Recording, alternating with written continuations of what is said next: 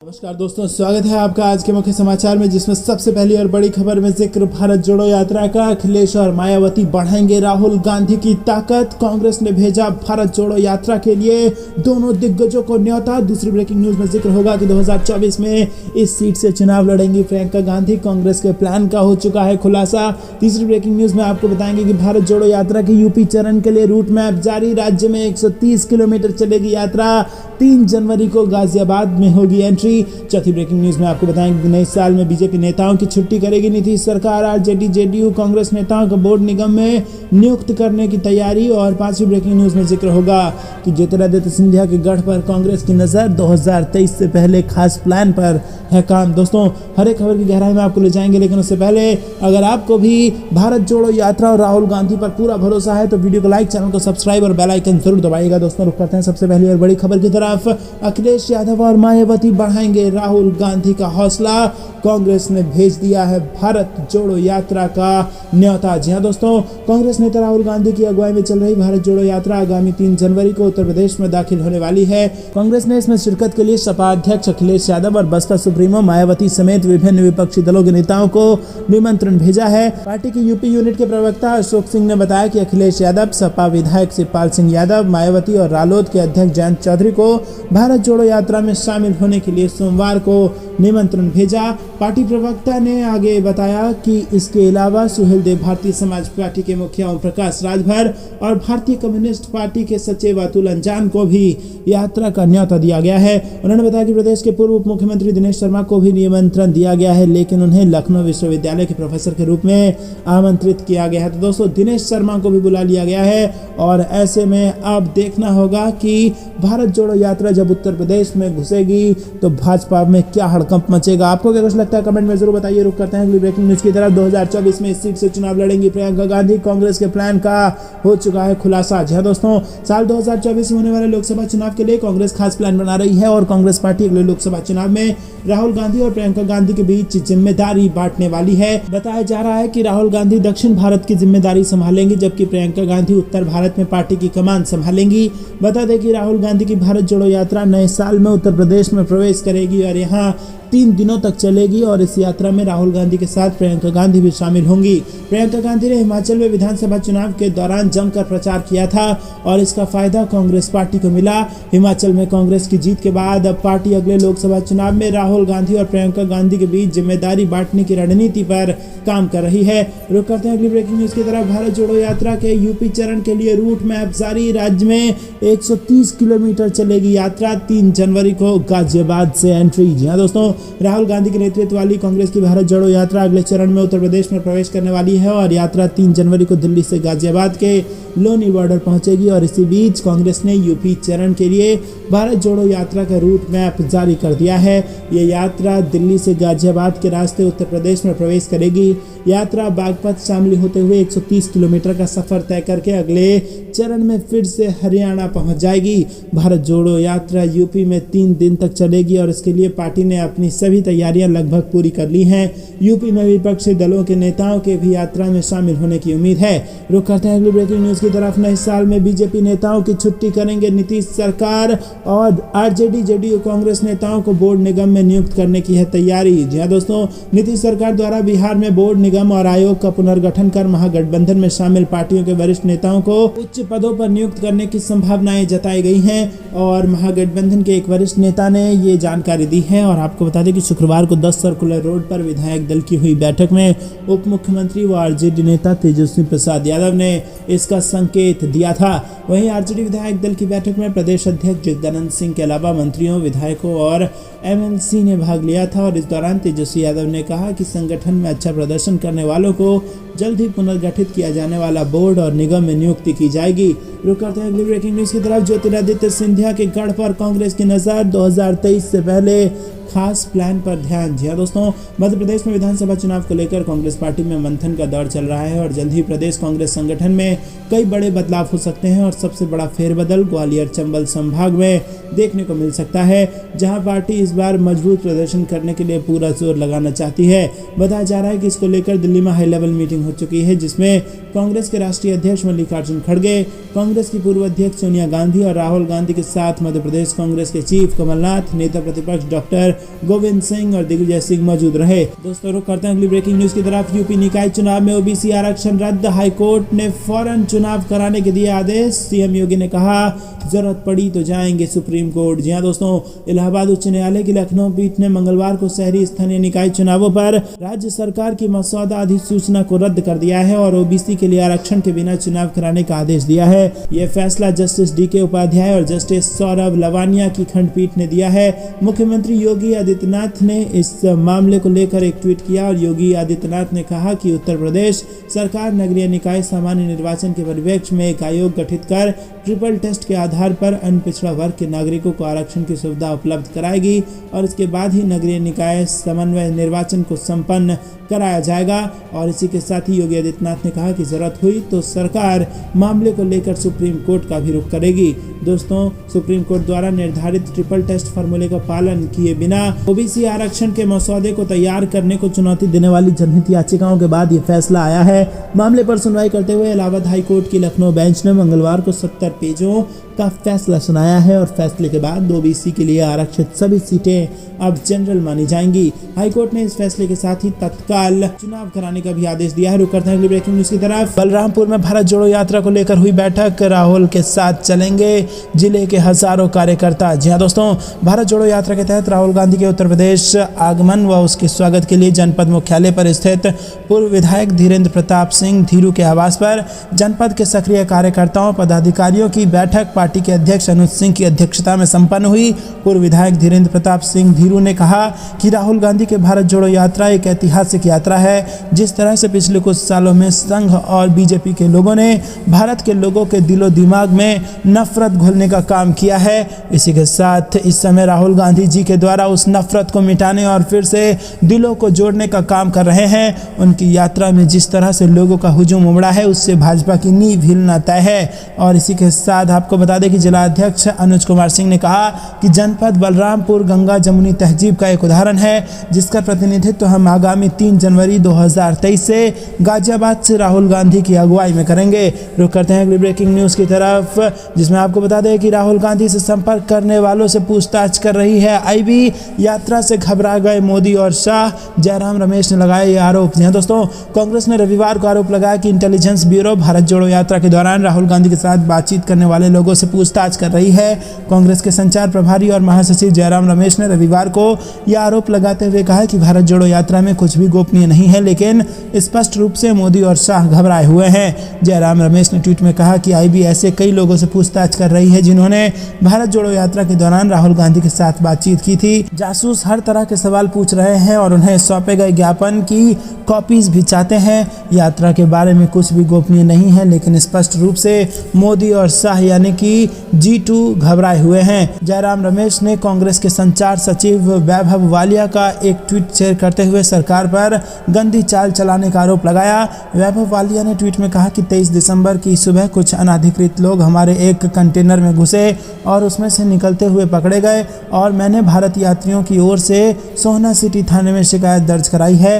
प्रति संलग्न है और अनौपचारिक रूप से मुझे पता चला है कि वो राज्य के खुफिया अधिकारी थे। रुक करते हैं अगली ब्रेकिंग न्यूज की तरफ। नए साल में नई टीम के साथ दिखेंगे कमलनाथ, कई जिलों के जिला अध्यक्ष बदलने की है तैयारी, दिल्ली में हो चुकी है बैठक। जी हाँ दोस्तों, मध्य प्रदेश में आगामी विधानसभा चुनाव को लेकर कांग्रेस प्रदेश संगठन में जल्द ही बड़े बदलाव हो सकते हैं और इसे लेकर शनिवार को दिल्ली में हाई लेवल मीटिंग हुई है, जिसमें कांग्रेस के राष्ट्रीय अध्यक्ष मल्लिकार्जुन खड़गे, कांग्रेस की वरिष्ठ नेता सोनिया गांधी और राहुल गांधी के साथ मध्य प्रदेश कांग्रेस के चीफ कमलनाथ, नेता प्रतिपक्ष डॉक्टर गोविंद सिंह और दिग्विजय सिंह मौजूद रहे। बैठक में विधानसभा चुनाव को देखते हुए कांग्रेस संगठन में जरूरी बदलाव पर चर्चा हुई। प्रदेश स्तर से लेकर ब्लॉक अध्यक्षों की परफॉर्मेंस पर बात हुई। ऐसे में संभावना है कि ग्वालियर, भोपाल समेत कई बड़े जिलों में जिला अध्यक्ष जल्दी बदले जा सकते हैं। दोस्तों रुक करते हैं अगली ब्रेकिंग न्यूज़ की तरफ। कर्नाटक में भाजपा का होगा हिमाचल प्रदेश जैसा हाल, फूट के बाद बनी नई पार्टी। जी हां दोस्तों, 2023 कर्नाटक विधानसभा चुनाव से पहले सियासी हलचल तेज हो गई है। अब राज्य के बड़े खनन कारोबारी और भारतीय जनता पार्टी सरकार में मंत्री रह चुके जी जनार्दन रेड्डी ने नई पार्टी का ऐलान कर दिया है। साथ ही उन्होंने अगले विधानसभा चुनाव के लिए अपनी योजनाएं भी जाहिर कर दी हैं। अब संभावनाएं जताई जा रही हैं कि नई पार्टी की एंट्री से भाजपा को खासतौर से बेल्लारी समेत कई क्षेत्र में नुकसान उठाना पड़ सकता है। खास बात यह है कि रेड्डी पर करोड़ों रुपए के अवैध खनन का मामला जारी है और इस मामले में वो साल 2015 से ही जमानत पर बाहर हैं। खबरें आ रही है कि दक्षिण भारतीय राज्य में भाजपा पहले ही पार्टी के नेताओं की नाराजगी का सामना कर रही है और इनमें पूर्व मुख्यमंत्री BS येदियुरप्पा, अन्य मंत्री भी शामिल हैं। ऐसे में बेल्लारी बंधुओं की नाराजगी भाजपा को नुकसान पहुंचा सकती है। हालांकि ये भी कहा जा रहा है कि राष्ट्रीय अध्यक्ष जगत प्रकाश नड्डा खुद येदियुरप्पा से मिल चुके हैं। इसके अलावा हाल ही में बीजेपी ने हिमाचल प्रदेश विधानसभा चुनाव में बागियों के हाथों बड़ा नुकसान उठाया है। कुल 68 विधानसभा सीटों वाले पहाड़ी राज्य में 22 बागी मैदान में थे। हालांकि जीत कम ही को नसीब हुई, लेकिन कई सीटों पर भाजपा में जमकर वोट कटे थे। रुक करते हैं अगली ब्रेकिंग न्यूज़ की तरफ। भारत जोड़ो यात्रा से बीजेपी ही नहीं, कई महत्वाकांक्षी नेताओं को भी जोर का सियासी झटका धीरे से लगा है जो PM पद के दावेदार हैं। जी हाँ दोस्तों, कांग्रेस की भारत जोड़ो यात्रा कामयाबी के साथ दिल्ली पहुंची और अब विश्राम पर चली गई है। दिल्ली पहुंचने पर राहुल गांधी के साथ बहुत लोग नजर आए और कांग्रेस का दावा है कि कन्याकुमारी से शुरू हुई इस यात्रा में दिल्ली पहुंचने तक अपार जन समर्थन मिला है। सभी राज्यों के लोगों ने दिल खोलकर राहुल गांधी और कांग्रेस का समर्थन किया है। मजेदार बात यह है कि इस यात्रा ने प्रत्यक्ष भले ही बीजेपी को झटका दिया हो, लेकिन अप्रत्यक्ष रूप से उन महत्वाकांक्षी नेताओं को भी जोर का सियासी झटका धीरे से लगा है जो PM पद के दावेदार हैं। वैसे भी अक्सर सर्वे में बतौर गैर भाजपाई PM राहुल गांधी का नाम ही सबसे ऊपर आता है और लेकिन ये यात्रा के बाद वो विपक्ष के अन्य PM पद के दावेदारों से बहुत आगे निकल गए हैं और सबसे बड़ा झटका उन लोगों को लगा है जो राहुल गांधी को बहुत लंबे समय से पप्पू इमेज में बांधने की कोशिश कर रहे थे। रुक करते हैं अगली ब्रेकिंग न्यूज़ की तरफ। महाराष्ट्र में गठबंधन पर संकट, कर्नाटक से सीमा विवाद को लेकर प्रस्ताव लाने पर बटे शिंदे और फडणवीस। जी हाँ दोस्तों, महाराष्ट्र और कर्नाटक के बीच सीमा विवाद को लेकर टकराव अभी खत्म नहीं हुआ था कि अब राज्य में इस मुद्दे को लेकर सरकार में ही फूट पड़ने की खबरें आने लगी हैं। ताजा मामला कर्नाटक में आने वाले क्षेत्र को लेकर महाराष्ट्र विधानसभा में प्रस्ताव लाने से जुड़ा है। बताया जा रहा है कि प्रस्ताव को लेकर मुख्यमंत्री एकनाथ शिंदे और उप मुख्यमंत्री देवेंद्र फडणवीस एक मत नहीं है। प्रस्ताव पर दोनों ही नेताओं की राय अलग है और ऐसे में अटकलें लगाई जा रही हैं कि सरकार के दो शीर्ष नेताओं में टकराव से गठबंधन पर संकट पैदा हो सकता है। दोस्तों रुक करते हैं अगली ब्रेकिंग न्यूज़ की तरफ। बीजेपी सरकार में खुले संस्थाओं को CM सुक्खू ने किया बंद, बोले सब वोटरों को बुद्धू बनाने के लिए खोले गए थे। जी हाँ दोस्तों, हिमाचल प्रदेश के मुख्यमंत्री सुखविंदर सिंह सुक्खू ने पिछली भारतीय जनता पार्टी की सरकार के दौरान खोले गए कार्यालयों और संस्थाओं को बंद करने के फैसले को रविवार को सही ठहराते हुए उसका बचाव किया है। सुक्खू ने कहा है कि भाजपा की सरकार ने 590 से अधिक ऐसे प्रतिष्ठान बिना बजटीय प्रावधान के अपने कार्यकाल के अंतिम दिनों में स्थापित किए थे। हिमाचल प्रदेश के CM सुखविंदर सिंह सुक्खू ने पूर्व मुख्यमंत्री जयराम ठाकुर के उस बयान पर प्रतिक्रिया व्यक्त की जिसमें ठाकुर ने कांग्रेस सरकार के इस फैसले को अवैध करार दिया था। हिमाचल प्रदेश में रविवार को जयराम ठाकुर को भाजपा विधायक दल का नेता चुना गया और इस दौरान जयराम ठाकुर ने कहा कि राज्य मंत्रिमंडल ने बजट आवंटन और पदों के सृजन के साथ इन प्रतिष्ठानों को मंजूरी प्रदान की थी। रुक करते हैं अगली ब्रेकिंग न्यूज़ की तरफ। 9 राज्यों के चुनाव और बीजेपी कांग्रेस में सीधा मुकाबला 2024 की बिसात 23 में ही बीत जाएगी। जी हाँ दोस्तों, आपको बता दें कि पिछले दिनों हुए विभिन्न चुनावों को देश में आगामी सियासत के लिए बड़ा संकेत की तरह देखा गया और जहां बीजेपी के अश्वमेधी घोड़े को दिल्ली में अरविंद केजरीवाल की आम आदमी पार्टी ने MCD चुनाव के खूंटे से बांधकर रोक दिया, तो कांग्रेस ने हिमाचल प्रदेश में उस घोड़े को सत्ता के पहाड़ की तलहटी में खड़ा कर दिया। हालांकि PM मोदी और गृह मंत्री अमित शाह के गृह राज्य गुजरात में बीजेपी रिकॉर्ड बनाती हुई निकल गई, लेकिन बीजेपी भी जानती है कि इस ऐतिहासिक जीत के लिए उसे कितने पापड़ बेलने पड़े। हालिया नतीजों को 2023 के चुनावी साल के लिए आधार की तरह देखा जा रहा है और माना जा रहा है कि 23 की सियासी गतिविधियां और चुनावी नतीजे 24 के लोकसभा चुनाव की दिशा तय करेंगे। रुक करते हैं अगली ब्रेकिंग न्यूज़ की तरफ। यूपी में बीजेपी को साथ मिलकर घेरेंगे अखिलेश, शिवपाल। चुनाव के लिए सपा ने तैयार किया बड़ा प्लान। जी हाँ दोस्तों, उत्तर प्रदेश के उपचुनाव में जीत के बाद समाजवादी पार्टी के नेता जोर शोर से बीजेपी को घेरने में लगे हुए हैं। वहीं सूत्रों के अनुसार सपा ने यूपी निकाय चुनाव और लोकसभा चुनाव को लेकर बड़ी तैयारी में सपा जुट गई है, जिसके तहत अखिलेश यादव और शिवपाल सिंह यादव अब बीजेपी को साथ मिलकर घेरने की तैयारी कर रहे हैं। सपा ने यूपी में निकाय चुनाव और लोकसभा चुनाव के लिए बड़ी तैयारी शुरू कर दी है। सपा बीजेपी को घेरने के लिए अब महंगाई, कानून व्यवस्था और बेरोजगारी को भी मुद्दा बना सकती है और इस मुद्दे के अलावा सपा बीजेपी सरकार के खिलाफ माहौल बनाएगी। सपा निकाय चुनाव में शहरों में साफ सफाई न होने के अलावा घरों से नियमित कूड़ा न उठाने सहित कई मुद्दों पर बीजेपी सरकार को घेरने की कोशिश करेगी। दोस्तों, रुक करते हैं अगली ब्रेकिंग न्यूज की तरफ। जोड़ो यात्रा में शामिल हो सकते हैं अखिलेश यादव और जयंत चौधरी। ओपी राजभर को मिला न्योता। जी हाँ दोस्तों, कांग्रेस की भारत जोड़ो यात्रा जल्द ही उत्तर प्रदेश में प्रवेश होने वाली है और भारत जोड़ो यात्रा अब नए साल से शुरू होगी और अभी तक इस यात्रा में फिल्मी सितारों के साथ विभिन्न राजनीतिक दलों के लोग शामिल हो चुके हैं और इसके साथ ही खेल जगत से लेकर कई मशहूर हस्तियां भी इसमें शामिल हुए। और दोस्तों, अब यात्रा नए साल में उत्तर प्रदेश में प्रवेश करेगी और कहा जा रहा है कि पार्टी ने इस यात्रा में उत्तर प्रदेश के प्रमुख विपक्षी दल समाजवादी पार्टी के राष्ट्रीय अध्यक्ष अखिलेश यादव, बसपा सुप्रीमो मायावती और आरएलडी प्रमुख जयंत चौधरी को जोड़ने का निर्णय लिया है और इसको लेकर पार्टी इन नेताओं को आमंत्रित करेगी। मीडिया रिपोर्ट्स की माने तो कांग्रेस सुभाषपा प्रमुख ओम प्रकाश राजभर को भी यात्रा से जोड़ने के लिए आमंत्रित करेगी। बता दें कि कांग्रेस की ये यात्रा 3 जनवरी को दिल्ली से यूपी में प्रवेश करेगी। रुक करते हैं अगली ब्रेकिंग न्यूज की तरफ। राहुल गांधी ने फिर चेताया, बोले चीन पाकिस्तान कर रहे हैं बड़ी प्लानिंग, युद्ध हुआ तो दोनों से होगा। जी हाँ दोस्तों, भारत चीन के बीच चल रहे सीमा विवाद के मुद्दे पर कांग्रेस नेता राहुल गांधी ने केंद्र सरकार को चेताया है। राहुल गांधी ने कहा कि चीन और पाकिस्तान दोनों पड़ोसी देशों ने आपस में हाथ मिला लिया है और चीन और पाकिस्तान दोनों ही देश एक साथ तैयारी कर रहे हैं और अगर ऐसे में युद्ध होता है तो ये युद्ध दोनों के खिलाफ होगा।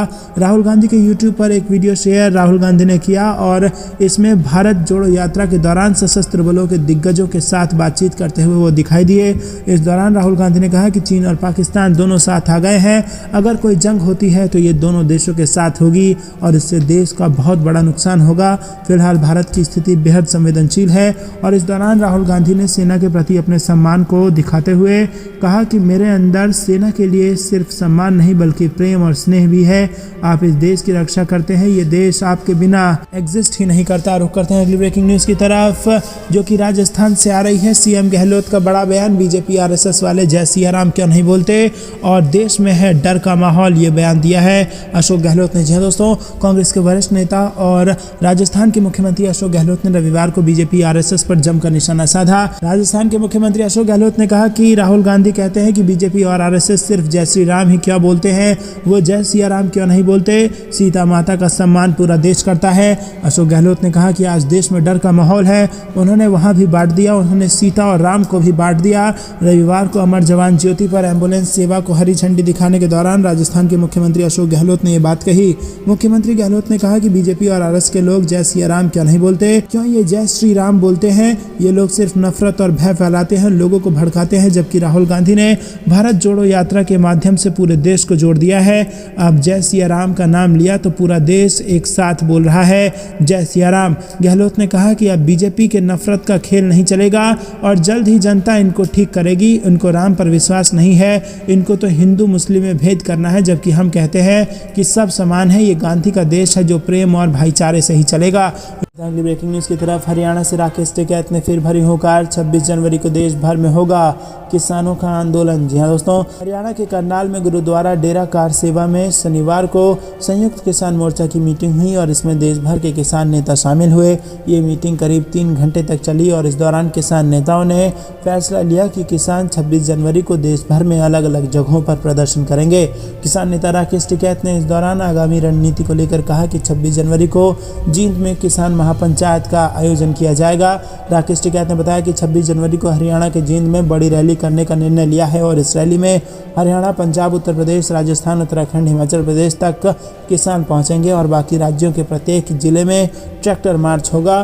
ट्रैक्टर मार्च के बाद किसान मांग पत्र जिला स्तर पर कलेक्टर को ज्ञापन देंगे। और दोस्तों, आपको बता दें कि किसान नेताओं ने कहा है कि 26 जनवरी की रैली के बाद मार्च में किसान दिल्ली में भी मीटिंग करेंगे और उन्होंने कहा कि किसान आंदोलन के दौरान देश भर में किसानों पर जो मुकदमे दर्ज हुए हैं उनको लेकर सरकार तो कह रही है कि उन्होंने केस वापस ले लिए हैं, लेकिन अब तक थानों में मुकदमे आज भी दर्ज हैं, वो रद्द नहीं किए गए हैं। मीटिंग कब होगी अभी इसकी तारीख घोषित नहीं की गई है, लेकिन आने वाले समय में तारीख तय कर दी जाएगी।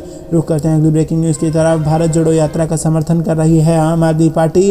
राघव चड्ढा बोले, केंद्र केंद्र पहले जरूरी प्रोटोकॉल जारी करे तो सभी मानेंगे। जी हाँ दोस्तों, कांग्रेस नेता राहुल गांधी के नेतृत्व में निकल रही भारत जोड़ो यात्रा पर बीजेपी लगातार कोरोना फैलाने के आरोप लगा रही है और इन सब के बीच आम आदमी पार्टी के राज्यसभा सांसद राघव चड्ढा ने कहा कि कोरोना वायरस को फैलने से रोकने के लिए केंद्र सरकार को जरूरी प्रोटोकॉल जारी करने चाहिए और इसके बाद कोई भी राजनीतिक दल हो या फिर मार्च निकाल रहा संगठन, सभी को इन नियमों का पालन करना चाहिए। भारत जोड़ो यात्रा में कोविड उपयुक्त व्यवहार के लिए राहुल गांधी को भेजी गई चिट्ठी को लेकर पूछे गए सवाल पर आम आदमी पार्टी के नेता राघव चड्ढा ने एक प्रेस कॉन्फ्रेंस के दौरान एक तीर से दो निशाने साधे। उन्होंने भारत जोड़ो यात्रा का नाम न लेते हुए कहा कि अगर केंद्र सरकार कोई ज़रूरी प्रोटोकॉल जारी करती है तो उसे सभी लोगों को मानना चाहिए। फिलहाल सरकार ने ऐसा कोई कदम नहीं उठाया है। अगर ऐसा होगा तो सभी राजनीतिक दल ये प्रोटोकॉल समान रूप से लागू होगा। और चड्ढा का ये बयान ऐसा था जैसे वो राहुल गांधी की यात्रा का समर्थन कर रहे हों।